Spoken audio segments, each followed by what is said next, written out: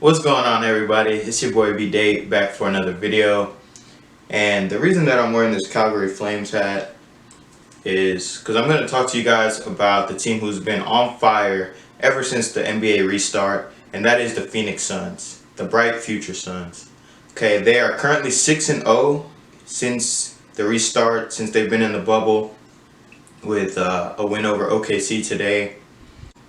They get called the bright future Suns a lot, but I'm going to talk to you guys about why they believe that the future is now. Let's get into it. And it really trickles down to three main points, I guess you can say. Number one, the reason they're so good right now in the bubble, obviously it starts at the top with your superstar, or your best player, I should say, Devin Booker, okay? Now, I'm not going to call him a superstar yet. He's on the fringe, though. I will say he is on the fringe of being a superstar.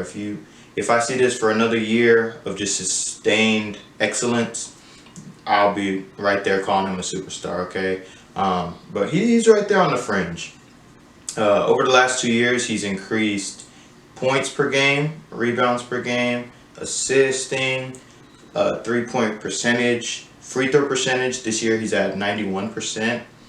And he's doing it with less shot attempts per game. To me, that just highlights how efficient he's been, especially in the restart.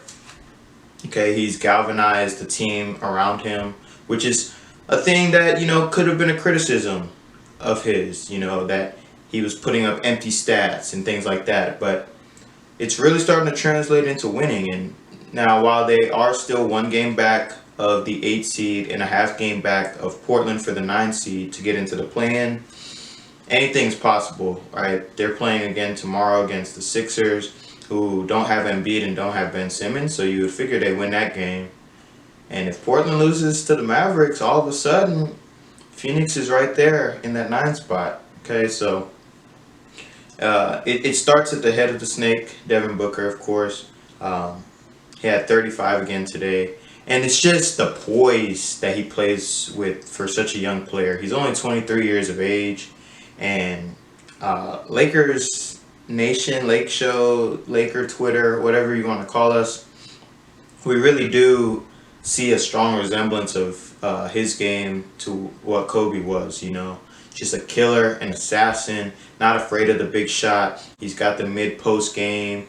There are a lot of similarities in their games, and he always has the "Be Legendary" quotes on his shoes. That's something Kobe told him, so it's great to see a guy like that flourishing, man. And honestly, for a lot of teams, you see, especially young teams, the thing they can never get right, the hardest thing to find in the NBA is a star player, okay? And the Phoenix Suns have found that in Devin Booker, undoubtedly.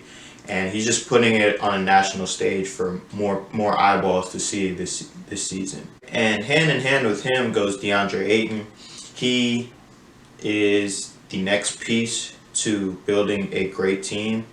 Every star player, once you find that guy, you need to pair him with someone who fits his game well. And, like, for example, young duo like KP and Luka, they fit perfectly together.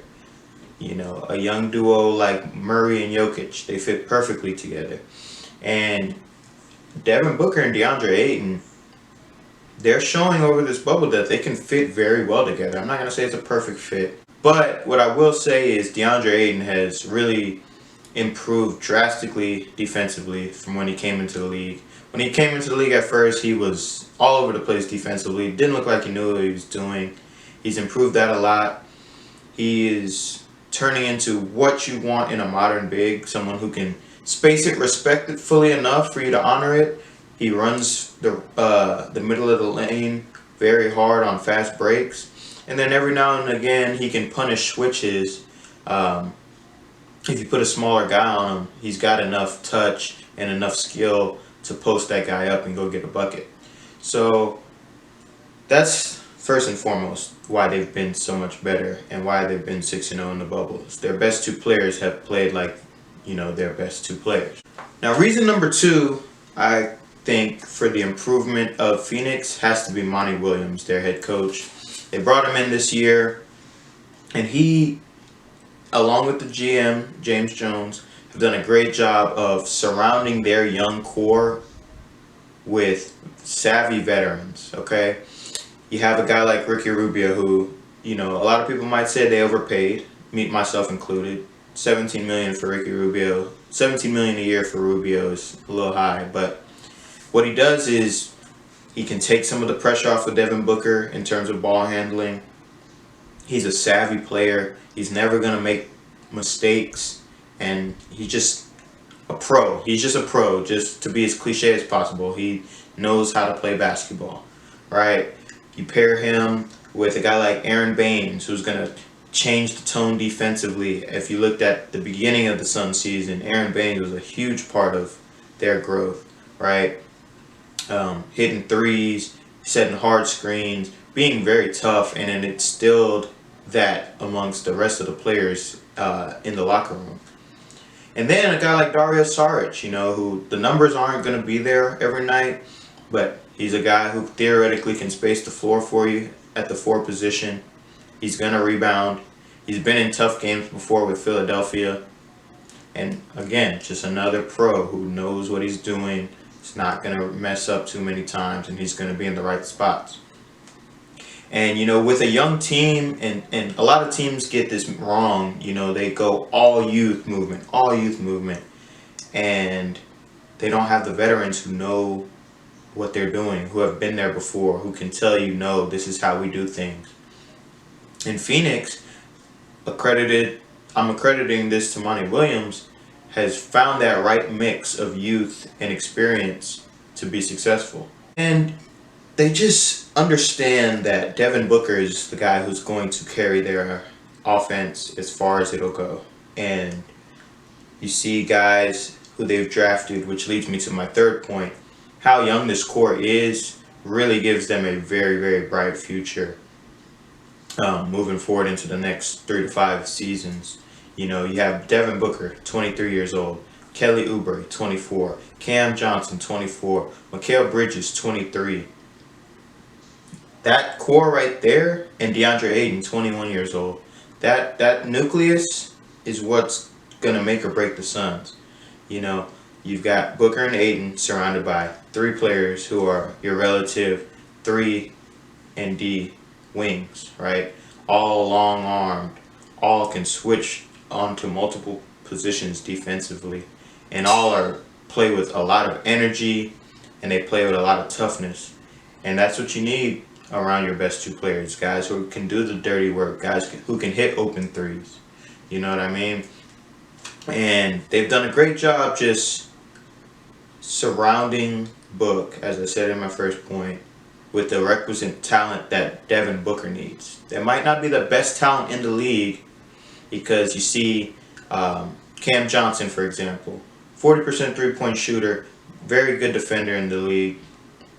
He was a reach in this year's draft. He went ahead of Tyler Hero. But I don't think Tyler Hero fits with Devin Booker the way that Cameron Johnson does. And, I got to credit the Suns for that. Even though it was a reach of a draft pick, it fits better for their team. So the Suns' future is very, very bright. They have a lot to build on. And who knows, if they sneak into that play-in game with Memphis or possibly with Portland, they could be very dangerous, because they have a closer in Devin Booker. They have a legitimate big man in DeAndre Ayton.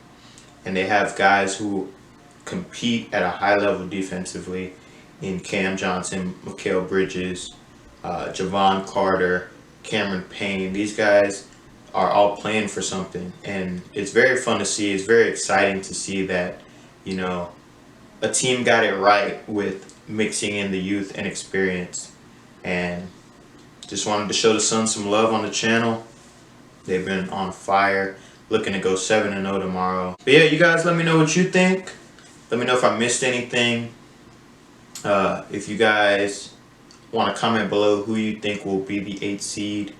Portland, Memphis, Phoenix, San Antonio still got a shot. You guys let me know. If you're new to the channel, thank you so much for watching this video. Share it with a friend who loves to talk sports. and, you know, tell them to subscribe, man. I appreciate it.